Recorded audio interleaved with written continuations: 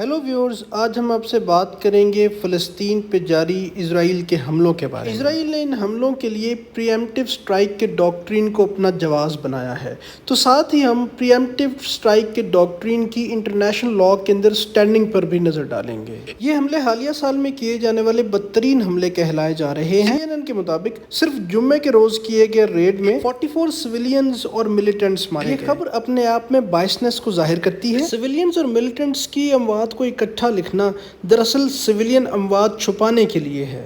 Al Jazeera کے مطابق شہید ہونے والوں میں صرف 3 کا تعلق الاقصی مارٹر بریگیڈ سے تھا۔ ان میں الاقصی مارٹر بریگیڈ کا کمانڈر ابراہیم النبلسی بھی شامل تھا۔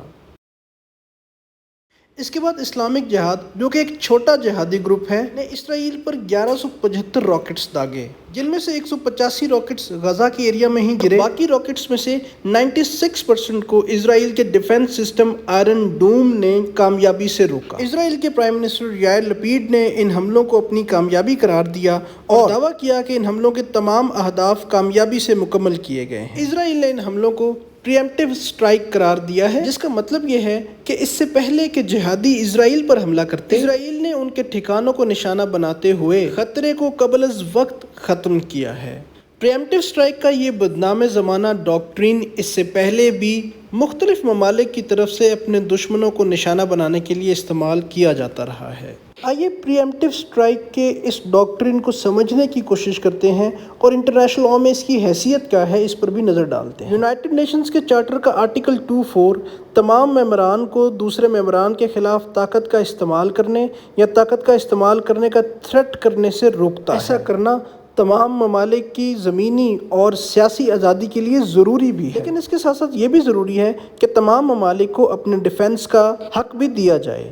اس لیے چارٹر کا آرٹیکل 51 حملے کی صورت میں تمام ممالک کو انڈیویجول اور کلیکٹیو سیلف ڈیفنس کا حق دیتا ہے۔ اس آرٹیکل میں استعمال کیے جانے والا لفظ آرمڈ اٹیک کا ہے۔ آرمڈ اٹیک کی ڈیفینیشن میں آگے چل کر ابہام پیدا ہوتا چلا گیا اور بعض ممالک نے صرف حملے کے خطرے کو ہی آرمڈ اٹیک کے برابر سمجھنا شروع کر دیا۔ پروفیسر سنجے گپتا کے مطابق پری ایمپٹیو سٹرائک کی انٹرنیشنل لاء میں کوئی جگہ نہیں اور نہ ہی یونائٹڈ نیشنز اس کی قطعاً اجازت دیتا ہے۔ اس کی وجہ یہ ہے کہ یونائٹڈ نیشنز کے چارٹر کے پریامبل کے مطابق یونائٹڈ نیشنز کے قیام کا مقصد اپنی آنے والی نسلوں کو جنگ کی ہولناکیوں سے بچانا تھا، جبکہ پری ایمپٹیو سٹرائک کا حق دینے کا مطلب یہ ہے کہ آپ اپنی آنے والی نسلوں کو جنگ میں دھکیل رہے ہیں۔ اسی ڈاکٹرین کو استعمال کرتے ہوئے امریکہ نے پریزیڈنٹ بش کے انڈر عراق پر حملہ کیا۔ امریکہ کا ماننا تھا کہ عراق کے پاس ویپنز آف میس ڈسٹرکشن موجود ہیں، لہٰذا اس سے پہلے کہ یہ ویپنز امریکہ اور اس کے الائز کے خلاف استعمال ہوں،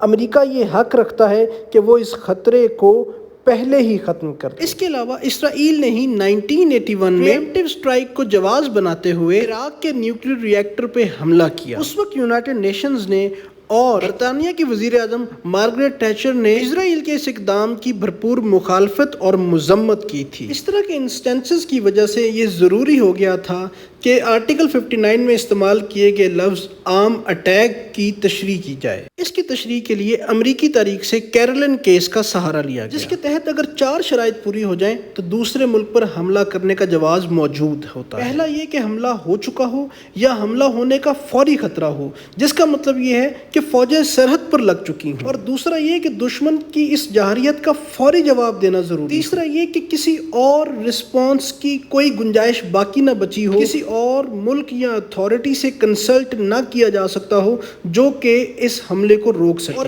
چوتھی شرط یہ ہے کہ دیے جانے والے رسپانس کی انٹینسٹی صرف اس حد تک ہو کہ وہ حملے کے خطرے کو ٹال دے۔ فلسطین پر حالیہ حملوں میں ان میں سے کوئی ایک شرط بھی پوری نہیں ہوتی۔ بالفرض اگر حملے کا خطرہ موجود بھی تھا، کے پاس یونائٹڈ نیشنز کا راستہ موجود تھا۔ ایسا نہ کرنے کی صورت میں اسرائیل واضح طور پر جرم کا مرتکب ہوا ہے۔ اسی لیے فلسطین کے وزیر اعظم محمد شاطے نے یونائٹڈ نیشنز سیکیورٹی کونسل سے انٹرنیشنل لاء کے اطلاق میں ڈبل سٹینڈرڈز کو چھوڑ کے کو اس جرم کے لیے اکاؤنٹیبل کرنے کی اپیل کی، مگر اس کے ساتھ ساتھ یہ بھی ضروری ہے کہ پری ایمپٹیو سٹرائک کے اس بش ڈاکٹرین کو ہمیشہ کے لیے ختم کیا جائے، کیونکہ اس کی موجودگی میں دنیا میں کسی بھی خطے میں کسی بھی طاقتور ملک کسی کمزور ملک پر چڑھائی کر سکے، اور ایسے میں یونائٹڈ نیشنز کے انسانیت کو جنگ کی ہولناکیوں سے بچانے کے دعوے دھرے کے دھرے رہ جائیں گے۔ اگلی کسی ویڈیو میں ہم آپ سے فلسطین کے ساتھ کی جانے والی تاریخی زیادتی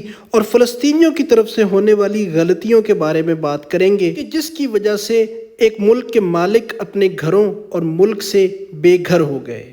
ویڈیو پسند آئی ہو تو اسے لائک کریں، شیئر کریں، چینل کو سبسکرائب کریں اور مزید ویڈیوز کے لیے ہمارے ساتھ جڑے رہیں۔